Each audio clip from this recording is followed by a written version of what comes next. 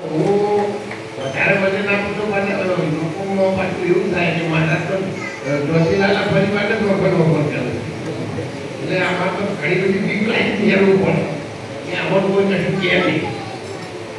એટલે એનો તમે પણ બધા વ્યક્તિગત તરીકે ભારતની નારી શક્તિ તરીકે અને આમાં બધાને જન્મ આપનારા તમે જ છો.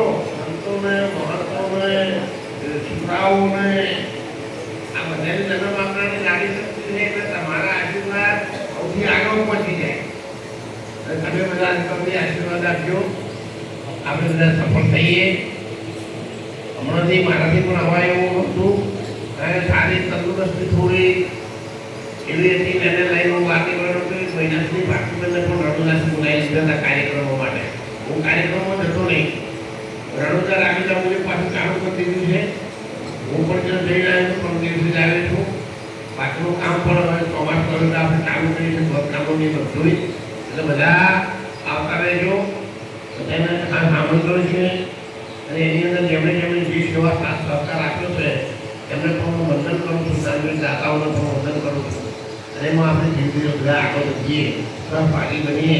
અને એ પણ આપણી આ સાંભળી આશ્રમ છે એવી સારી સંસ્થા આપણે રાજસ્થાન ઉપર કરી શકીએ અને જે આપણે ગુજરાતી ફાઇટિંગની પીરિયડો સારી વ્યવસ્થા આપી શકીએ એટલા માટે આપણે મહેનત કરી છે.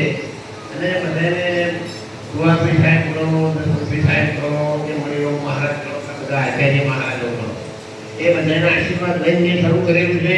એટલે મને 101% વિશ્વાસ છે એ કામ પૂર્ણ થઈને જ રહેવાનું છે.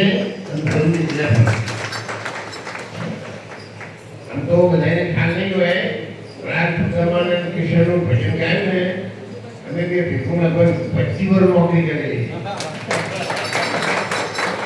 25 વર્ષ. અને અમે ભજન શરૂ કર્યું 1978માં. એ લીટીવાળાનો સમય 1978માં અમે ભજન શરૂ કર્યા ત્યારે એક મોદી ગઈ હતા પાટણના, એક મોહમ્મદ એક અમારા ચોકીદાર અને પ્રજાપતિ ગઈ. એટલે ભજન રાત્રે ગઈએ એટલે અમારા પેલા આ પત્ર ને એને અમે મંદિરો બનાવ્યા. અને દાદા સીધી ચાકરી ગતિઓ ના આવતી એને અમે તમનું બનાવ્યું. એ તમનું હું વગાડું, પ્રજાપતિ ભાઈને કહું કે આવો પેલા મંદિરે તમે વગાડો.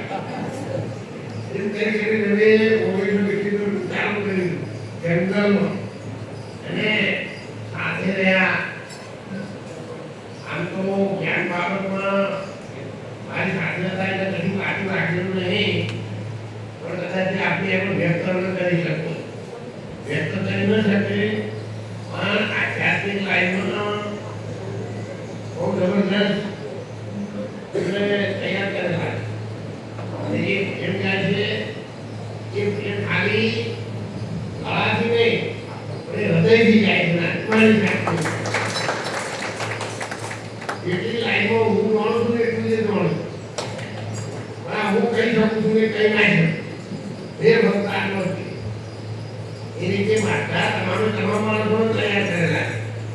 અત્યારે આપણે જે કઈ માણસોને જે તૈયાર કરેલા છે વડાલી મંત્ર હોય છે ગમે તે પ્રમાણ હોય એ અમારી સાથે જે બહેનો છે એ બહેનોને પણ એ લાઈનમાં આત્માની ગતિ સુધી એમને તમે તમામ લાઈનો બતાવી.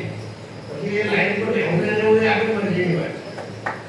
એટલે હું તો તમને બધાને કહું છું, અનુદે કહું છું, શિરકાય છું,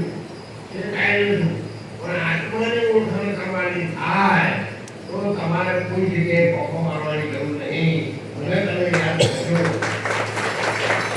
એકદમ સ્પષ્ટ અને ટૂંકા શબ્દોમાં આધ્યાત્મિક લાઈનો તપ કરી અને જે મહેનતથી મને મળ્યું છે એ હું તમને આગવાનો આ બધા સંતોની સાક્ષીએ માથાના ભાર જેટલું બાકી રાખવાનું નહીં.